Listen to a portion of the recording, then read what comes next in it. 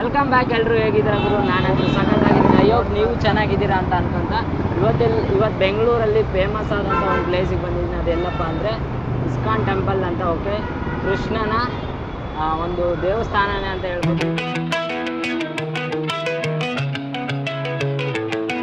ಬೆಂಗಳೂರಲ್ಲಿ ಸಿಕ್ಕಾಪಟ್ಟೆ ಫೇಮಸ್ ಆದಂಥ ಒಂದು ಪ್ಲೇಸ್ ಇದು ಕೂಡ. ಭಾನುವಾರ ಎಷ್ಟು ಜನ ಬರ್ತಾರೆ ಅಂದರೆ ಕ್ಲೌಡು ಸಿಕ್ಕಾಪಟ್ಟೆ ಜನ ಇರುತ್ತೆ.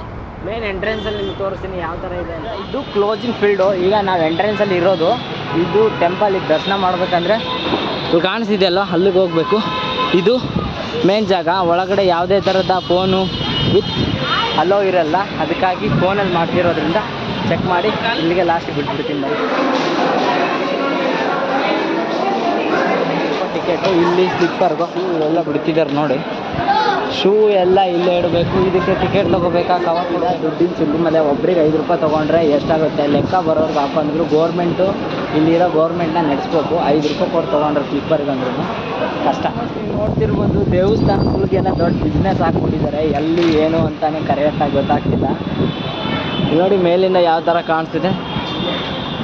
ಆ ದೇವ್ರ ಗುಡಿ ನೋಡೋಕ್ಕೆ ದೇವ್ರಿದ್ದಾನೆ ಅಂತ ಕೈ ಮುಗಿಯೋಕ್ಕೆ ದುಡ್ಡು ಕೊಡೋ ಪರಿಸ್ಥಿತಿ ಬಂದೈತೆ. ಇದು ನಮ್ಮ ಬೆಂಗಳೂರು ಅಂತಲ್ಲ, ಎಲ್ಲ ದೇವಸ್ಥಾನದಲ್ಲೂ ಅಷ್ಟೇ. ಮೆಟ್ರೋ ಹೋಗ್ತಿದೆ ನೋಡು ಗುಡು ಟೈಮಲ್ಲಿ.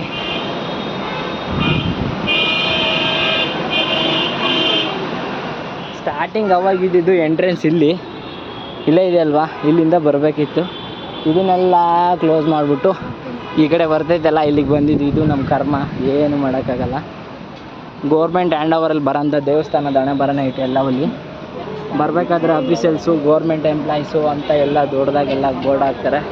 ಇಲ್ಲಿ ನಾವು ಸಾಮಾನ್ಯ ಪ್ರಜೆ ಬರೋದೇ ಕಷ್ಟ ಆಗುತ್ತೆ ಜೀವನದಲ್ಲಿ. ನೋಡಿ ಇದೇ ದೇವಸ್ಥಾನ.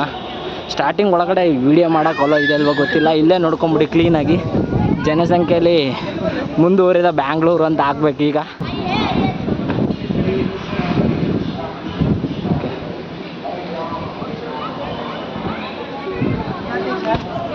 ನೋಡ್ತಿದ್ರಲ್ಲ, ಇದು ಮೇಲಿಂದ ಗುಡಿ. ಇಲ್ಲಿಂದ ಫೋನ್ ವೀಡಿಯೋ ಯಾವುದೇ ಥರದ ಮಾಡೋಂಗಿಲ್ಲ ಅಂತ ಅಡ್ವಾನ್ಸ್ ಆಗಿ ಒಂದು ಬೋರ್ಡಲ್ಲಿ ಹಾಕ್ಬಿಟ್ಟಿದ್ದಾರೆ. ಇದನ್ನು ನಾವು ಅನುಸರಿಸುವ, ಯಾಕೆ ಬೇಕು ಮತ್ತು ಅನುಸರಿಸ್ಕೊಳೋ ಬದಲು ಮುಂದೆ ಯೋಚನೆ ಮಾಡುವ ಹೆಂಗಿರುತ್ತೆ ಅಂತ ಅಷ್ಟೇ. ಇದೆ ಕೆಳಗಡೆ ನೋ ಫೋಟೋ ನೋ ವಿಡಿಯೋ, ಯಾವುದೇ ಥರದ ನ್ಯೂಸೆನ್ಸ್ ಕ್ರಿಯೇಟ್ ಮಾಡೋಂಗಿಲ್ಲ. ಇಲ್ಲಿಗೆ ಆಫ್ ಮಾಡಿಕೊಂಡು ನೆಕ್ಸ್ಟ್ ಒಳಗಡೆ ಏನಾಯ್ತು ಅಂತ ತೋರಿಸ್ತೀವಿ. ಇಡಿ ಅಂತಾರೆ, ಆದರೂ ತೆಗಿತಿದ್ದೀವಿ. ಇದಲ್ವಾ ನಮಗೆ ಬೇಕಾಗಿರೋದು. ಇಲ್ಲಿ ವೆಂಕಟೇಶ್ವರ ದೇವಸ್ಥಾನ ಇದೆ. ಇದು ನೋಡಿ ಚೆನ್ನಾಗಿದೆ ಒಂಥರ. ಇದು ಏನು ಗುರು, ಎಲ್ಲ ದೇವರು ಭಾಳ ಚಿನ್ನ ಎಲ್ಲ ಗುಡಿಲಿ ಒಂದು KG ಚಿನ್ನ ಹಾಕಿರ್ತಾರೆ. ಯಾಕೆ ಅಂತ ಗೊತ್ತಿಲ್ಲ.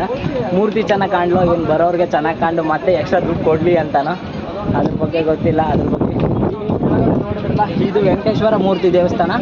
ತಿರುಪತಿಲಿ ಯಾವ ಥರ ಇದೆ ಅದಕ್ಕಿಲ್ಲಿ ಬ್ರ್ಯಾಂಡ್ ಆಗಿದೆ. ತಿರುಪತಿ ಬೇರೆ ಲೆವೆಲ್, ಇದಕ್ಕೂ ಅದ್ರ ಬೇರೆ ಲೆವೆಲ್ ಇದೆ. ಈಗ ನಾವು ಸ್ಟ್ರಕ್ ಆಗ್ಬಿಟ್ಟಿದೆ, ಜನ ಯಾಕೋ ಮುಂದಕ್ಕೆ ಹೋಗ್ತಿಲ್ಲ. ಅಂದರೆ ಫೋಟೋ ಹೆಂಗೆ ಕಾಣುತ್ತೆ, ಮೇಲಿಂದ ಗುಡಿ ಯಾವ ಥರ ಕಾಣಿಸುತ್ತೆ ಅನ್ನೋದೆಲ್ಲ ಭಾಳ ಜೂಮಾಗಿ ತೆಗಿತಾ ಇದ್ದಾರೆ. ಇದು ಲಾಸ್ಟ್ ಭವ್ಯ ಕಟ್ಟಡ. ಅಂದರೆ ಏನು ಅವಾಗಿನ ಕಾಲದಲ್ಲಿ ಪುರಾತನದಲ್ಲಿ ಹೇಳ್ತಾರಲ್ವ, ಶಾಸ್ತ್ರವಾಗಿ ಕಟ್ಟಿರೋ ಅಂಥ ಗುಡಿ ಇದು. ಈಗ ಫುಲ್ಲು ಡೆವಲಪ್ಮೆಂಟ್ ಮಾಡಿದ್ದಾರೆ. ಯಾವ ಥರ ಅಂದರೆ ಕಲ್ಗಳು ಕಟ್ಬಿಟ್ಟು ಮೇಲ್ಮೇಲೆ ಒಂದು ಸ್ವಲ್ಪ ಚೆನ್ನಾಗಿರಲಿ, ಶೈನಿಂಗ್ ಇರಲಿ ಅಂತ ಕಟ್ಟಿರೋದು. ಅವಾಗಿನ ಕಾಲದ ಕಟ್ಟಡ ಅಂದರೆ ಅದಕ್ಕೂ ಪೇಂಟ್ ಹಾಕಿದೆ ಗೊತ್ತಿಲ್ಲ. ಗ್ಲಾಸ್ ಎಲ್ಲ ಹಳೆವಿದೆ. ಅಂದರೆ ಇದೂ ಸುಮಾರು 20 ವರ್ಷದೊಳಗೆ ಕಟ್ಟಿರ್ಬೋದು ನನ್ನ ಪ್ರಕಾರ. ಅಷ್ಟೇ ಇರ್ಬೋದೇನೋ. ಇದೇನು ಅಷ್ಟೊಂದು ಹಳೆ ಗುಡಿ ಎಲ್ಲ ಅನಿಸ್ತಾ ಇಲ್ಲ, ಯಾಕಂದರೆ ಫುಲ್ ಶೈನಿಂಗ್ ಆಗಿದೆ. ಅಂದರೆ ಸುಮಾರು ಇದು ಒಂದು 20 ವರ್ಷದಿಂದ ಮಾಡಿರ್ಬೋದೇನೋ ನನ್ನ ಪ್ರಕಾರ ಅಷ್ಟೇ. ಇದನ್ನು ಈಗ ನೀವು ನೋಡ್ತಿರಲ್ಲ, ಇದೇ ಭವ್ಯ ಕಟ್ಟಡ. ಫುಲ್ಲು ನೀವು ನೋಡ್ಬೋದು ಎಷ್ಟು ಸಖತ್ತಾಗಿದೆ ಅಂತ. ಏನಂದರೆ ಇದು ಇಲ್ಲ ಅಂದರೆ ಟೈಲ್ಸ್ ಎಲ್ಲ ಮಸ್ತಾಗಿ ಕಾಣಿಸುತ್ತೆ ನೋಡೋಕ್ಕೂ ಕೂಡ. ಈಗ ಒಳಗಡೆ ಹೋಗುವ ಬನ್ನಿ. ನೋಡಿದ್ರಲ್ಲ ಕೆಳಗಡೆ ಭವ್ಯ ಮೂರ್ತಿ ಥರ ಒಂಥರ ಸಖತ್ತಾಗುತ್ತೆ. ನೀಟ್ ಆಗಿರ್ಬೋದು ಮತ್ತು ಏನೇ ಥರದ ಅಲಂಕಾರ ಆಗಿರ್ಬೋದು, ಅದನ್ನು ನೋಡೋಕ್ಕೆ ಎಷ್ಟು ಸಖತ್ತಾಗಿ ಕಟ್ಸಿದಾರಲ್ವ. ಆ ಮೂರ್ತಿ ನೋಡೋಕ್ಕೆ ಒಂಥರ ಏನೋ ಖುಷಿಯಾಗಿರುತ್ತೆ. ನಿಮಗೆ ಯಾವುದೇ ಥರದ ಪೂಜೆ ಸಾಮಗ್ರಿ ಬೇಕಂದರೆ ಅಣ್ಣನ ಕಾಂಟ್ಯಾಕ್ಟ್ ಮಾಡಿ. ಯಾರಂತ ಗೊತ್ತಿಲ್ಲ, ಜಸ್ಟ್ ವೀಡಿಯೋದಲ್ಲಿ ಬರಲಿ ಅಂತ ಹಾಕಿದ್ದು ಅಷ್ಟೇ, ಬಿಟ್ಟರೆ ಇನ್ನೇನಿಲ್ಲ. ಒಳಗಡೆ ಸೇಮ್ ಪ್ರೊಸೀಜರ್, ವೀಡಿಯೋ ಏನಿಲ್ಲ, ಜಸ್ಟ್ ಫೋಟೋ ಮಾತ್ರಕ್ಕೆ. ನಾವು ಸ್ಟ್ರಕ್ ಆಗ್ಬಿಟ್ಟಿದೆ, ಜನ ಯಾಕೋ ಮುಂದಕ್ಕೆ ಹೋಗ್ತಿಲ್ಲ. ಅಂದರೆ ಫೋಟೋ ಹೆಂಗೆ ಕಾಣುತ್ತೆ, ಮೇಲಿಂದ ಗುಡಿ ಯಾವ ಥರ ಕಾಣಿಸುತ್ತೆ ಅನ್ನೋದೆಲ್ಲ ಭಾಳ ಜೂಮಾಗಿ ತೆಗಿತಾ ಇದ್ದಾರೆ. ಇದು ಲಾಸ್ಟ್ ಭವ್ಯ ಕಟ್ಟಡ. ಅಂದರೆ ಏನು ಅವಾಗಿನ ಕಾಲದಲ್ಲಿ ಪುರಾತನದಲ್ಲಿ ಹೇಳ್ತಾರಲ್ವ, ಶಾಸ್ತ್ರವಾಗಿ ಕಟ್ಟಿರೋ ಅಂಥ ಗುಡಿ ಇದು.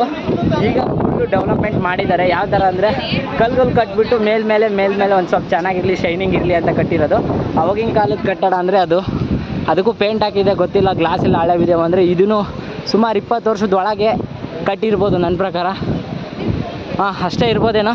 ಇದೇನು ಅಷ್ಟೊಂದು ಹಳೆ ಗುಡಿ ಎಲ್ಲ ಅನಿಸ್ತಾ ಇಲ್ಲ, ಯಾಕಂದರೆ ಫುಲ್ ಶೈನಿಂಗ್ ಆಗಿದೆ. ಅಂದರೆ ಸುಮಾರು ಇದು ಒಂದು 20 ವರ್ಷದಿಂದ ಮಾಡಿರ್ಬೋದೇನೋ ನನ್ನ ಪ್ರಕಾರ ಅಷ್ಟೇ. ಇದನ್ನು ಈಗ ನೀವು ನೋಡ್ತಿರಲ್ಲ, ಇದೇ ಭವ್ಯ ಕಟ್ಟಡ.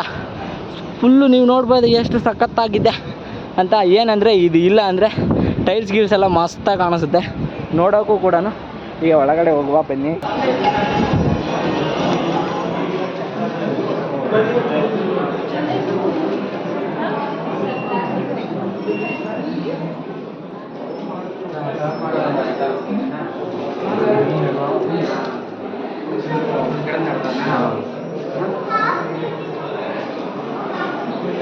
ಭಾರತೀಯ ರಾಷ್ಟ್ರೀಯ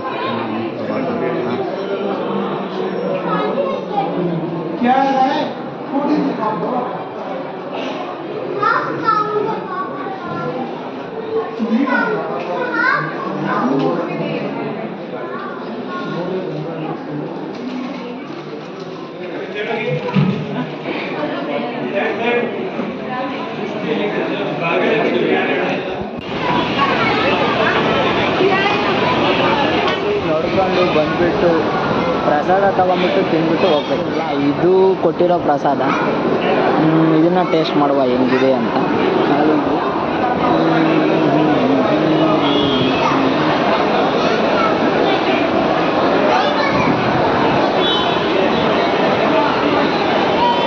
ಭಾಳ ಜನ ಬಂದುಬಿಟ್ಟಿದ್ದಾರೆ ಅಂತ ಅರ್ಧಂಬರ್ಧ ಬೇಯಿಸ್ಬಿಟ್ಟು ಕೊಟ್ಟಿರೋದು ಇದು ನನಗೆ ಗೊತ್ತು. ಡಸ್ಟ್ಬಿನಲ್ಲಿ ಹಾಕಿರೋದು. ಎಂಥ ಜೀವನ ಅಂದರೆ ನಮ್ಮದು ಕರ್ಮದ ಜೀವನ. ಬೆಂಗಳೂರ ಇದೇ ಊರ, ಸ್ವಂತೂರ? ಹಾಂ ಅಲ್ಲೇ ಇರೋದು ನಿಮ್ಮ ಮನೆ?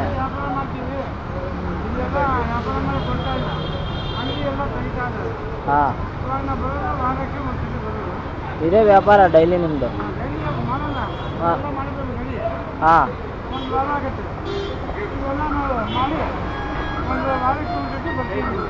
ಎಷ್ಟಕ್ಕೊಂದು ಕೊಡ್ತೀರಾ ಅವನ್ನ? 150 ರೂಪಾಯಿಗೊಂದು. ಎಷ್ಟು ತರ್ತೀರಾ ವಾರ ವಾರ? ಹೋಗುತ್ತಾ? ಹಾಂ.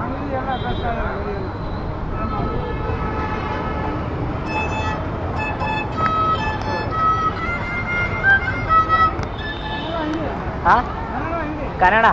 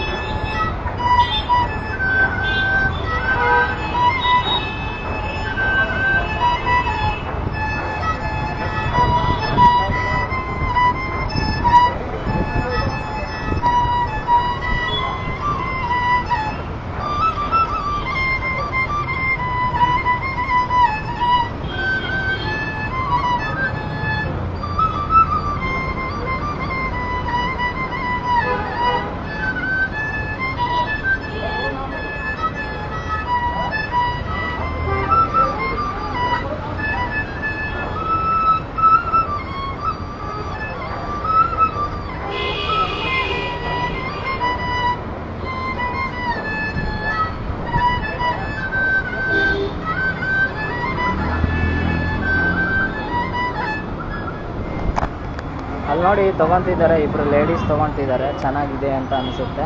ಪ್ಯಾಕ್ ಮಾಡೆಲ್ಲ ಕೊಡ್ತಿದ್ದಾರೆ. ಅವ್ರ ಬಗ್ಗೆನೇ ನಾನು ಇಷ್ಟೋ ಮಟ್ಟು ಹೇಳಿದ್ದೀನಿ ನಿಮಗೆ. ಅಕಸ್ಮಾತ್ ಎಲ್ಲಾದರೂ ಸಿಕ್ಕರೆ ಒಂದು ಆಯ್ ಅಂತ ಹೇಳಿ. ನಮಗೋಸ್ಕರ ಒಂದ್ಸಲ ಮ್ಯೂಸಿಕ್ನ ನುಡಿಸಿರೋದವರು. ಹಾಗಾಗಿ ಎಲ್ಲಾದರೂ ಸಿಕ್ಕರೆ ಒನ್ ಟೈಮ್ ಮಾತ್ರ ನಾನು ಹೇಳ್ತಿರೋದು, ಸಿಕ್ಕರೆ ಮಾತ್ರ ಆಯ್ ಅಂತ ಹಾಕಿ ಈ ವಿಡಿಯೋನ ಪೂರ್ತಿ ಹಾಕ್ತೀನಿ ನಾನು ನಿಮಗೆ. ಒಳಗಡೆ ಹೋಗೋದ್ರೆ ಈ ವಿಡಿಯೋ ಏನಾದರೂ ಇಷ್ಟ ಆದರೆ ಲೈಕ್ ಮಾಡಿ, ಶೇರ್ ಮಾಡಿ, ಕಮೆಂಟ್ ಮಾಡಿ. ನೆಕ್ಸ್ಟ್ ವಿಡಿಯೋದಲ್ಲಿ ಇದಕ್ಕಿಂತ ಹೊಸ್ದಾಗಿ ತೊಗೊಂಬರ್ತೀನಿ ಅಂತ ಹೇಳ್ತಾ ಓಕೆ ಬಾಯ್.